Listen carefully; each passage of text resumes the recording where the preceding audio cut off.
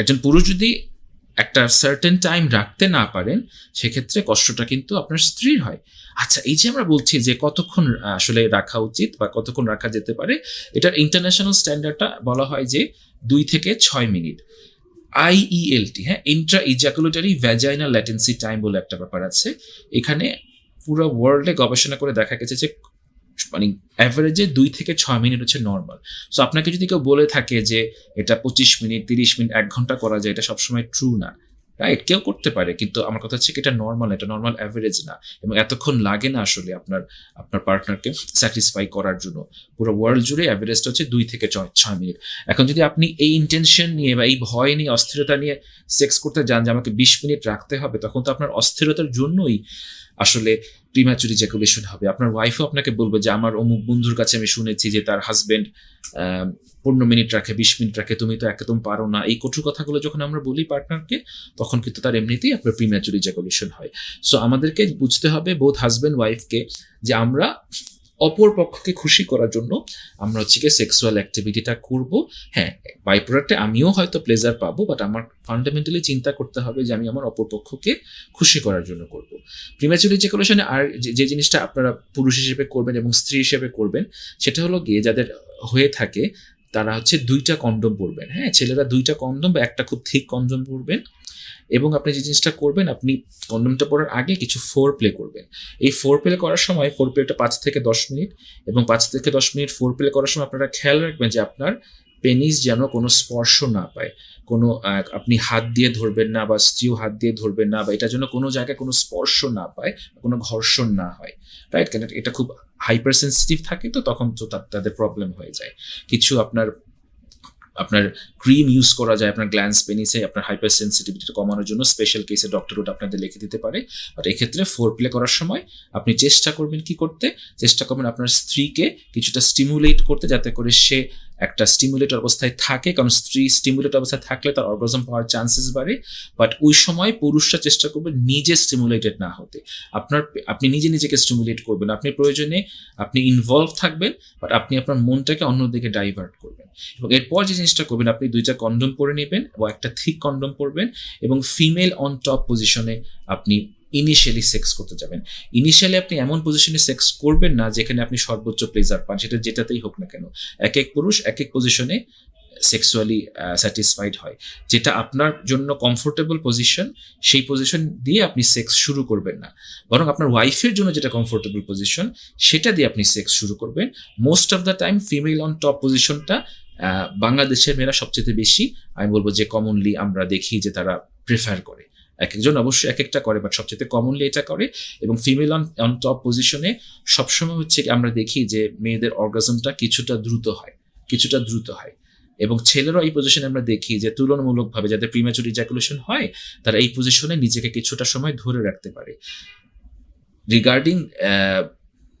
Regarding sexual activity, এখানে ওয়াইফকেও কিন্তু support করতে হবে, ওয়াইফকে নিজেও পার্টিসিপেট করতে হয়। বাংলাদেশের অনেক ওয়াইফ বা মেয়েরা মনে করে সেক্সুয়াল প্লেজার বোধহয় আমার জন্য না, এটা বোধহয় শুধু পুরুষের পাওয়ার অধিকার রাখে। এই কথাটা কিন্তু ঠিক নয়, আপনারও সম্পূর্ণ অধিকার আছে সেক্সুয়াল প্লেজার এনজয় করার জন্য।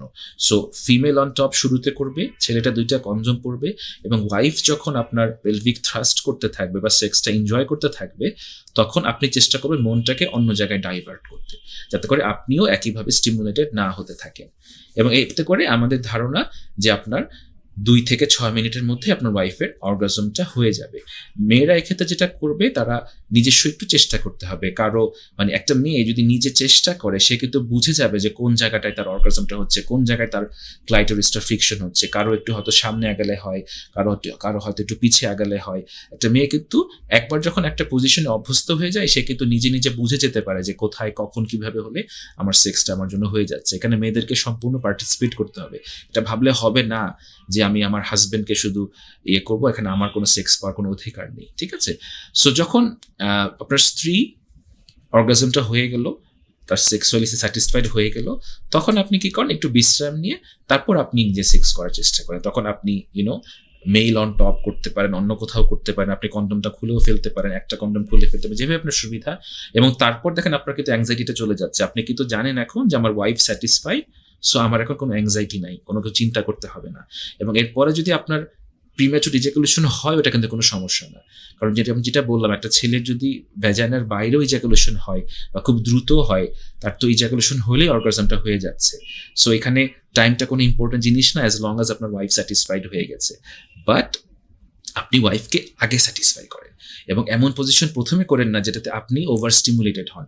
ওয়াইফ বা আপনি নিজের পেনিস ধরবেন না, পেনিস যেন আপনার বিছানার সাথে না লাগে, কোনো ঘর্ষণ বা ফ্রিকশন যেন না হয়, এতে করে স্টিমুলেশনটা কমে যাবে। 2টা কন্ডোম পড়লে কি হবে, আপনার পেনিসে যে ওভার স্টিমুলেশন বা হাইপার সেন্সিটিভিটি এটা কমে যাবে, এবং আপনার প্রিম্যাচুর হওয়ার চান্সটাও কমে যাবে। এভাবে আমরা ইনিশিয়ালি কিন্তু জিনিসটা করতে পারি, ঠিক আছে। এরপর আরো যে 2টা টেকনিক আছে, সেটা হলো, একটাকে বলা হয় স্টার্ট অ্যান্ড স্টপ টেকনিক, এবং একটা হচ্ছে স্কুইজ টেকনিক।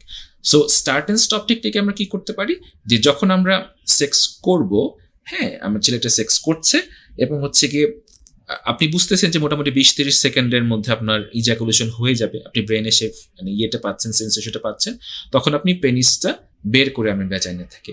বের করে এনে 1 মিনিট বা 2 মিনিট আপনি বাইরে রাখবেন, এবং যখন সেন্সেশনটা আবার চলে যাবে, তারপর আবার আপনি ভ্যাজাইনাতে প্রবেশ করলেন, এবং এভাবে 2 থেকে 3 বার আপনি করবেন।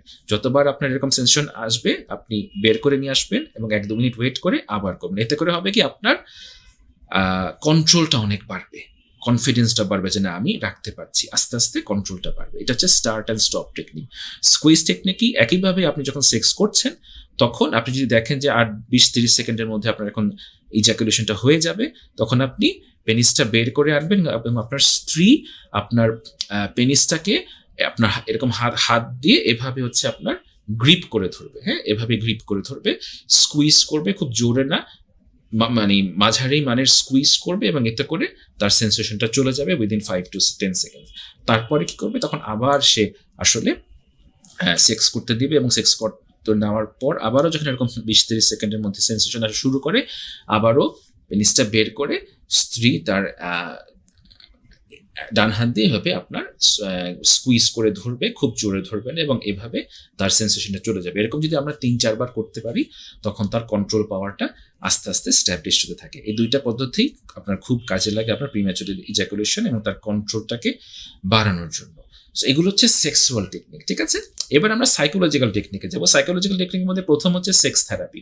সেক্স থেরাপির অনেক ধরন আছে, বাট একজন লাইসেন্সড সেক্সোলজিস্ট বা একজন সাইকোলজি যিনি সেক্স থেরাপিতে এক্সপার্ট, তিনি আপনাকে এই জায়গাগুলোতে গাইড করতে পারবে। এটা একটা কমপ্লিকেটেড থেরাপি, বাট এটা খুব ভালো কাজ করে যাদের এই স্বাভাবিক জিনিসগুলা কাজ করে না। আমি যে কথাগুলো বলছি, উপদেশ দিচ্ছি, আপনাদের 90% মানুষের এটাতেই কাজ হয়ে যাবে। 10% মানুষের কাজ হবে না, তাদের কিন্তু সেক্স থেরাপি নিতে হয়। সেক্স থেরাপির পাশাপাশি কাপল থেরাপি নিতে হয়, কারণ অনেক সময় আমরা বলেছি দাম্পত্য কলহ থাকতে পারে, এবং দাম্পত্য কলহ থাকলে কিন্তু আপনাদের মধ্যে সেক্সুয়াল প্রবলেম হবে। অনেকের কগনিটিভ বিহেভিয়ার থেরাপি লাগে, কেন? কারণ অনেকের কনফিডেন্স কম থাকে, অনেকে মনেই করে যে আমি পারবো না, আমাকে দিয়ে হবে না, আমি কিছুই পারি না। এই কোর বিলিফ দূর না করলে আপনার সেক্সুয়াল অ্যাক্টিভিটিও আসলে ঠিক হবে না। সো কগনিটিভ বিহেভিয়ার থেরাপি এবং কাপল থেরাপি খুবই কাজে লাগে। আরেকটা পদ্ধতি কাজে লাগে, সেটাকে আমরা বলি মাইন্ডফুলনেস বেসড রিল্যাক্সেশন। আপনার রিল্যাক্স হওয়াটা খুব জরুরি সেক্স করার আগে। আপনি যদি খুব অ্যাংশাস থাকেন, অস্থির থাকেন, টায়ার্ড থাকেন, সেক্ষেত্রে আপনার প্রিম্যাচুর ইজাকুলেশন হওয়ার চান্স বেশি। তো যে কোনো প্রকারের মেডিটেশন বা রিল্যাক্সেশন যেটা মাইন্ডফুলনেস বেসড, সেটা সেক্সুয়াল অ্যাক্টিভিটিতে খুব ভালো কাজে লাগে। থার্ড হচ্ছে কিছু ওষুধ, এবং আমরা মনে করি ওষুধ আপনি পারতপক্ষে নেবেন না। কিছু এসএসআরআই খুব ভালো কাজ করে, যেমন পারক্সিটিন ওষুধ আছে, এসিটালোপ্রাম আছে, এগুলো কোনোভাবে আপনারা ডাক্তারের পরামর্শ ছাড়া নেবেন না, কারণ এগুলো কিছু সাইড এফেক্ট আছে, কিছু ডোজ আছে যেগুলো ঠিক মতো ইউজ করতে হয়। এগুলো কিন্তু ইজাকুলেশনটাকে দূর করে। এই ওষুধগুলোর 2টা সুবিধা, একটা হচ্ছে এটা সাইড এফেক্টে ইজাকুলেশনও আপনার টাইম বাড়ে, এবং এটা অ্যাংজাইটি কমিয়ে দেয়। সো যাদের অস্থিরতা আছে, হ্যাঁ, তাদের কিন্তু অস্থিরতা দূর হয়ে যায়, এবং তাদের সময়টাও বাড়ে। সো একটার মধ্যেই 2টা কাজ হয়। সো এসএসআরআই খুব ভালো একটা মেডিকেশন। এছাড়াও কিছু ওষুধ আছে যেটা আসলে সময় বাড়ায় সরাসরি। সেই ওষুধগুলো এমনও আছে যে সপ্তাহে প্রতিদিন নেওয়া হতে পারে, আবার কিছু ওষুধ আছে শুধু যেদিন আপনি সেক্স করবেন তার ঠিক 2 ঘন্টা আগে খেলে আপনার টাইমটা বাড়বে। বাট আমি আবারও বলছি, চেষ্টা করবেন ওষুধ না খাওয়ার জন্য। বাট যাদের খুব সমস্যা হয়, ওষুধ খেলে কিন্তু এই সমস্যাটা খুব ভালো কাজ করে। ওষুধ খুবই ভালো কাজ করে প্রিম্যাচুর ইজাকুলেশনে। সো আমি যদি আবারও ছোট করে বলি, প্রথম হচ্ছে কিছু সেক্সুয়াল টেকনিকের কথা আমরা বলেছি, যেখানে মূল ব্যাপারটা হচ্ছে কি, আপনি সবসময় চেষ্টা করবেন পার্টনারকে স্যাটিসফাই করতে, নিজেকে না। এবং হচ্ছে ফিমেল অন টপ পজিশন, 2টা কন্ডোম পরে নেবেন, নিজের মাইন্ডটাকে ডাইভার্ট করে অন্য জায়গায় রাখবেন। ওয়াইফ যখন তার স্যাটিসফ্যাকশনটা পেয়ে যায়, অর্গাজমটা হয়ে যায়, তারপর আপনি এটাতে পার্টিসিপেট করেন। এটা হচ্ছে মূল ব্যাপার। তারপর স্টার্ট অ্যান্ড স্টপ টেকনিক শিখেছি আমরা, স্কুইজ টেকনিক শিখেছি আমরা, সাইকোলজিক্যাল কিছু মেথড আমরা জাস্ট নাম শুনেছি, সেগুলো আমাদের প্রয়োজন হলে আমরা করতে পারবো, স্পেশালি সেক্স থেরাপি এবং কাপল থেরাপি। আর তা না হলে আমরা ওষুধে যাব। এই তিনটার পদ্ধতি যদি আমরা পর্যায়ক্রমে ফলো করি, আমাদের হোপফুলি 100% প্রিম্যাচুর ইজাকুলেশনের প্রবলেম ঠিক হয়ে যাবে।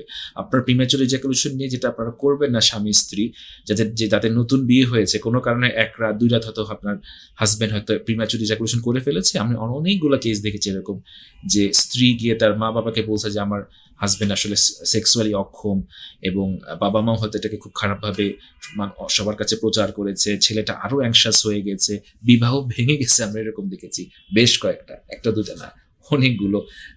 আমরা কিন্তু এরকম কেস দেখেছি। এরকম করবেন না। এগুলো সবই সেক্সুয়াল মিসকনসেপশনের জন্য হয়, অস্থিরতার জন্য হয়, এবং আমরা সেক্স জিনিসটাকে অনেক ফ্যান্টাসাইজ করি আজকাল, এটার কারণে হয়। আপনারা খারাপ মুভি, খারাপ মেথডস আপনারা কম ইউজ করবেন, বা না করলে সবচেয়ে ভালো হয়। মাস্টারবেশন, পর্নোগ্রাফি, এগুলো থেকে আপনারা দূরে থাকার চেষ্টা করেন। আপনারা একটা স্বাভাবিক মানুষ, একটা স্বাভাবিক প্রাণী যেভাবে সেক্সুয়াল অ্যাক্টিভিটি করে, সেভাবে যদি আপনারা রেগুলার বেসিসে করতে পারেন, হোপফুলি 100% সেক্সুয়াল সমস্যা আসলে ঠিক হয়ে যাবে। এই ভিডিওটা যদি আপনাদের কাজে লেগে থাকে, আপনারা একটু আপনাদের ফ্রেন্ডস অ্যান্ড ফ্যামিলিকে দিবেন, যাতে তারা এটা দেখে তাদের নিজস্ব সেক্সুয়াল লাইফটাকে ইমপ্রুভ করতে পারে, তাদের বন্ধনটা আরো মজবুত করতে পারে। এখানে সংকোচ বা লজ্জার কিছুই নেই। এবং আপনি যদি মনে করেন ভিডিওগুলো আপনাদের সাহায্য করছে, আপনারা একটু কষ্ট করে আমার ইউটিউব পেজটাতে সাবস্ক্রাইব করবেন।